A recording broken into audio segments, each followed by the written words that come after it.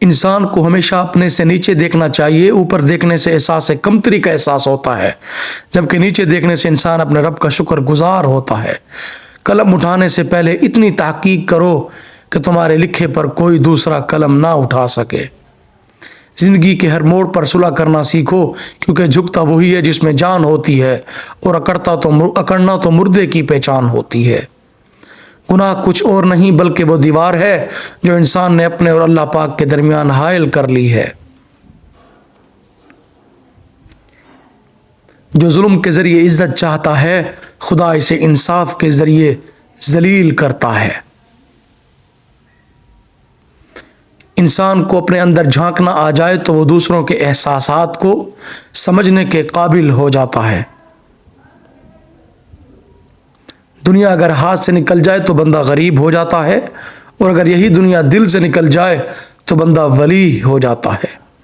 جو شخص برے لوگوں کے ساتھ احسان کرتا ہے، وہ خود بھی ان کے شر سے محفوظ نہیں رہ پاتا۔ دنیا کے ہر شخص سے مقابلہ کرو، مگر جب مقابلہ استاد یا والدین سے ہو تو پیچھے ہٹ جاؤ، کیونکہ ہار تمہارا مقدر ہوگی، یہی قانون فطرت ہے۔ رسول اللہ صلی اللہ علیہ وسلم نے ارشاد فرمایا، ہر دن صبح 2 فرشتے اترتے ہیں، ان میں سے ایک دعا کرتے کہتا ہے، اللہ خرچ کرنے والے کو بہتر عطا فرما، اور دوسرا التجا کرتا ہے، اللہ جو خرچ نہ کرے اس کا مال تلف فرما دے۔ حضور صلی اللہ علیہ وسلم نے ارشاد فرمایا، مسلمانوں سچ بولنا اختیار کرو، کیونکہ یہ بہشت کا ایک دروازہ ہے، اور جھوٹ بولنے سے کنارہ کرو، کیونکہ یہ دوزخ کا دروازہ ہے۔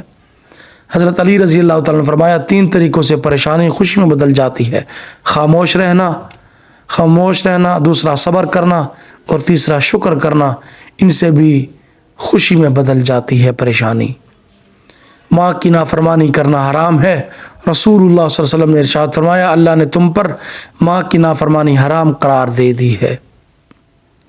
حضرت جابر نبی کریم صلی اللہ علیہ وسلم سے روایت کرتے ہیں کہ آپ صلی اللہ علیہ وسلم کا ارشاد ہے، قیامت کے روز خدا کچھ لوگوں کو چونٹیوں کی شکل میں اٹھائے گا، لوگ انہیں اپنے قدموں سے روندیں گے، پوچھا جائے گا یہ چونٹیوں کی شکل میں کون لوگ ہیں؟ انہیں بتایا جائے گا یہ وہ لوگ ہیں جو تکبر کیا کرتے تھے۔